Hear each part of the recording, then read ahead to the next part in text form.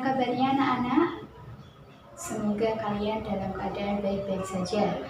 Sekarang kita akan melanjutkan materi kelas 11, yaitu adalah materi kelarutan dan hasil kali kelarutan. Beberapa minggu lagi kita akan melaksanakan penilaian akhir tahun. Nah, untuk bab yang terakhir adalah ada kelarutan dan koloid. Sebelumnya kita bahas dulu kelarutan. Kelarutan sebelumnya ada kata larutan. Larutan itu apa? Masih ingat tidak? Larutan adalah yang terdiri dari zat terlarut dan zat pelarut. Apa sih yang kita pelajari di sini?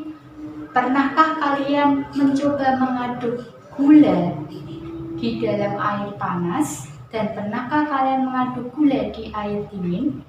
Apa yang terjadi? Lebih cepat larut mana? Air panas tentunya, ya bukan? Selanjutnya, bagaimana jika kalian mengaduk gula atau garam di air biasa tanpa diketahui suhunya berapa? Air biasa yang kalian minum. Cepat larut mana? Cepat larut garam. Kenapa? Karena disebabkan daya kelarutannya. Dari jenis pelarutnya, dari suhunya itu tadi. Ada dua yang mempengaruhi suatu zat dapat terlarut. Yang pertama jenis pelarutnya dan yang kedua suhunya. Nah, apa yang kita pelajari di sini yaitu bagaimana suatu larutan dapat terjadi endapan atau tidak, terbentuk endapan atau tidak. Bedanya kopi hitam dengan kopi gudeg. Kira-kira ada endapan yang mana?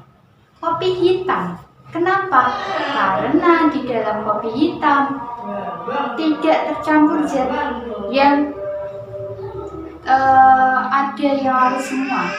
Jadi masih terbentuk endapan. Sedangkan kalau gudeg, gula dan kopinya sudah tercampur sehingga dapat larut semua. Tidak ada endapan pasti. Ya, selanjutnya kita bahas apa sih kelarutan? In English is solubility. Solubility kita singkat dengan simbol S. Kelarutan adalah konsentrasi zat terlarut maksimum pada larutan jenuh. Nah, zat yang sudah larut semuanya maksimumnya yang disebut dengan kelarutan. Bagaimana rumusnya? S sama dengan mol per volume. Volumenya dalam satuan liter. Atau bisa menggunakan rumus S sama dengan massa per ml dikali 1000 per volume. Volume dayanya adalah suatu pelarutnya. Pelarutnya dalam satuan mililiter. Oke, selanjutnya contoh soalnya. 1,435 gram perak klorida dapat larut dalam 1 liter air. Hitunglah kelarutan dalam air. Apa yang ditanyakan? Kelarutan. Kelarutan simbolnya apa? S. Ya. Yang ditanya adalah S-nya. S tadi ada dua rumus, mol per volume liter dan massa per ml kali 1000 per volume satuan mililiter. Oke. Sebelumnya di sini diketahui satuan massa, massanya gram. Maka kita menggunakan rumus yang kedua. Tapi sebelumnya kita harus tahu dulu mR dari AgCl. Kita hitung dulu mR AgCl yaitu jumlah ArAg ditambah jumlah ArCl. ArAg-nya 108, ArCl-nya 35,5, maka 143,5. Yang selanjutnya kita cari S-nya dengan rumus massa per ml kali 1000 per volume satuan mili. Masanya kita masukkan berapa? 1,435 gram dibagi 143,5 dari ml-nya. 1000 per volumenya. Volumenya di sini dalam satuan liter, kita ubah mili. 1 liter ada berapa mili? Turun 3, maka kita kali 1000, jadi 1000. Dicoret-coret.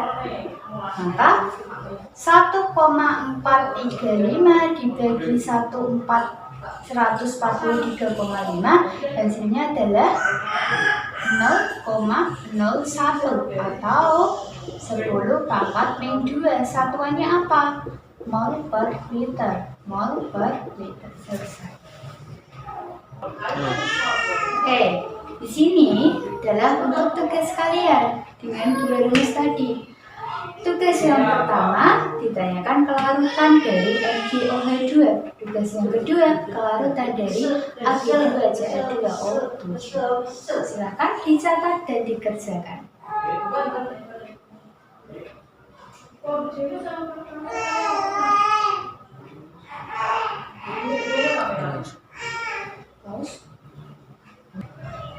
Oke, sekarang kita mempelajari hasil kali kelarutan. Dalam bahasa Inggris, Constantal Solubility Product, hasil kali kelarutan, atau kita singkat dengan KSP. Tadi S, sekarang kita belajar KSP.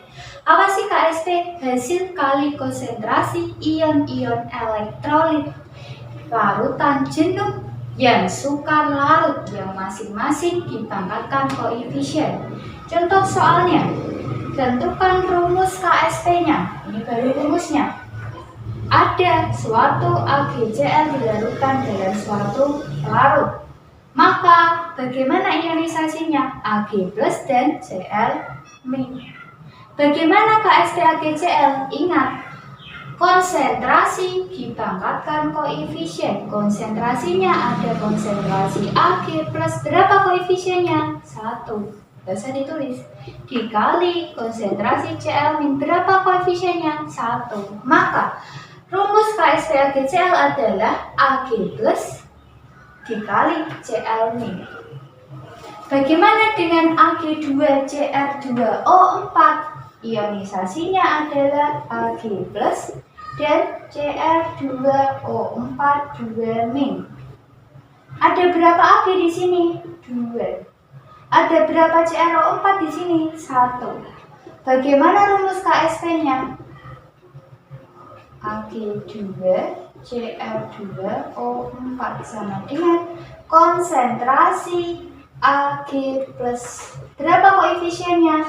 2 dikali Cr2O4 2 min berapa koefisiennya? 1. Maka rumus KSP-nya adalah Ag plus pangkat 2 dikali Cr2O4 2 min pangkat 1. Ingat, hasil kali konsentrasi dipangkatkan koefisien. Langkah pertamanya harus diionisasi.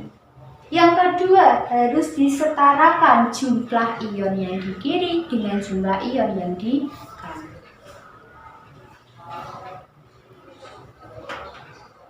Oke, selanjutnya silahkan latihannya. Tuliskan rumus KSP dari Ba3PO4. Yang kedua, CaOH 2 kali. Yang ketiga, BaSO4. Yang keempat, CaF2. Yang terakhir, Ag2S. Silakan dikerjakan. Jika ada pertanyaan, kita diskusikan lewat WhatsApp group atau Google Classroom. Terima kasih atas perhatiannya. Diakhiri, jika ada pertanyaan, ingat, jangan sungkan bertanya. Terima kasih. Saya akhiri. Assalamualaikum warahmatullahi wabarakatuh.